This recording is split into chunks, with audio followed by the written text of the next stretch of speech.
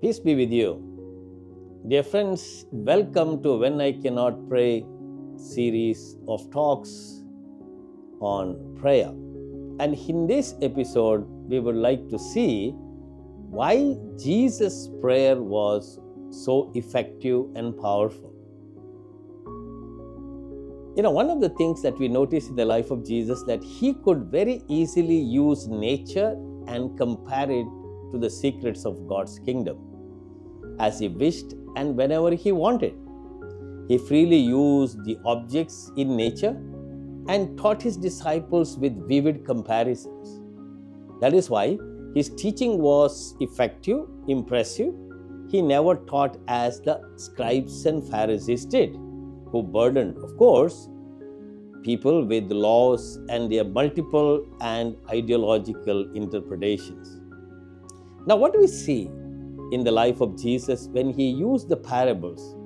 In a simple and down-to-earth teaching, we find the use of salt and light, wildflowers, wild grass, door, grapes and briars, coat and cloth, sand, moth and rust, fish and snake, dove and snake, swine, wine and wineskins, trees and fruits, sowing, field, seed, birds, rocky ground, soil, thorn bushes, and mustard seed, yeast, and pearls.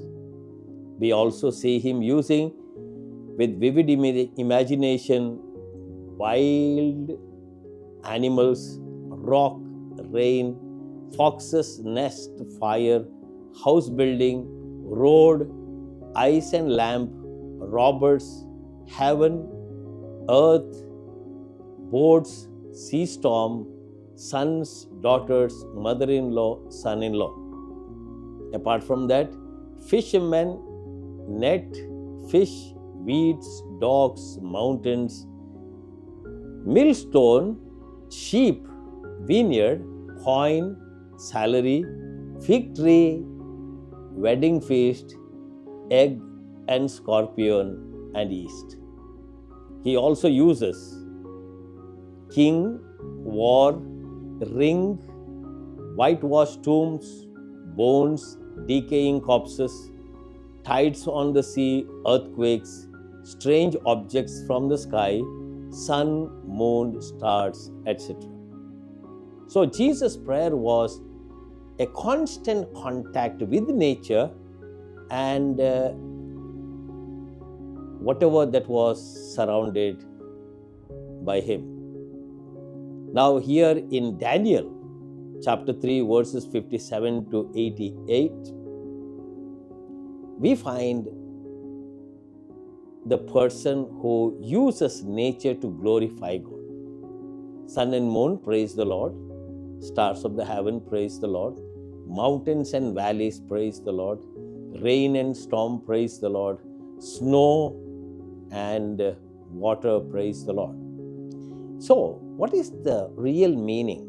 Why I have brought this up in this talk is that if Jesus was able to connect himself with nature and the multiple things in the society, whatever way he could use all those images, all those comparisons, parables, stories to convey the secrets of God's kingdom, we too can learn from nature and from everything that happens around us. Now, we all know that wars are going on, conflicts are going on, lots of people are displaced, poor. So we see around us, when we go to a city, we will see homeless people, situations that are dire and difficult. But can we get a message from those things to our daily prayer life? That is my argument. I would like that everything that happens in the world has a purpose.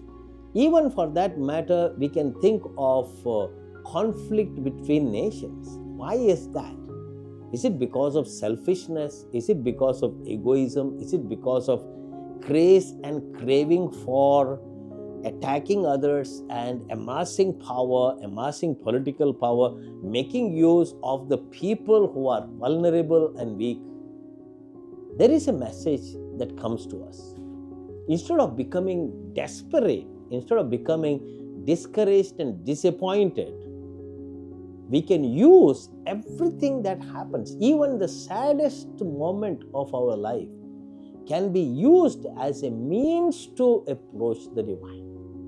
So that is my understanding. If we can do that, I think our prayer becomes more and more effective, rich, powerful, and it will certainly yield fruits in our daily life, for our daily experience, for our daily relationship with nature, with God, and with people. As Jesus did so powerfully, so concretely, so easily, Jesus was able to pray with all these things that were happening. Even when he was going to Jerusalem to be persecuted, just imagine, he had told his disciples that he will be persecuted, he will be put to death, on the third day he will rise again. Even that becomes a prayer for Jesus.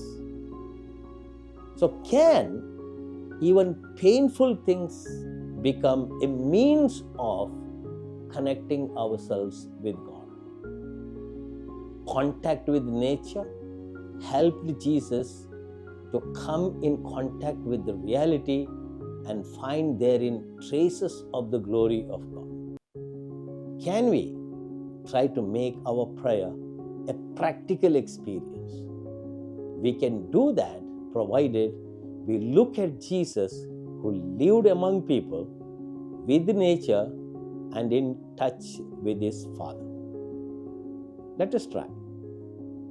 I think if we can combine prayer and our daily experiences of touch, of our hearing, of our listening, of our seeing, of our breathing, and of our tasting, everything can be utilized as a bridge to our contact with God. And that will enable us to enrich and deepen our prayer experience. God bless you.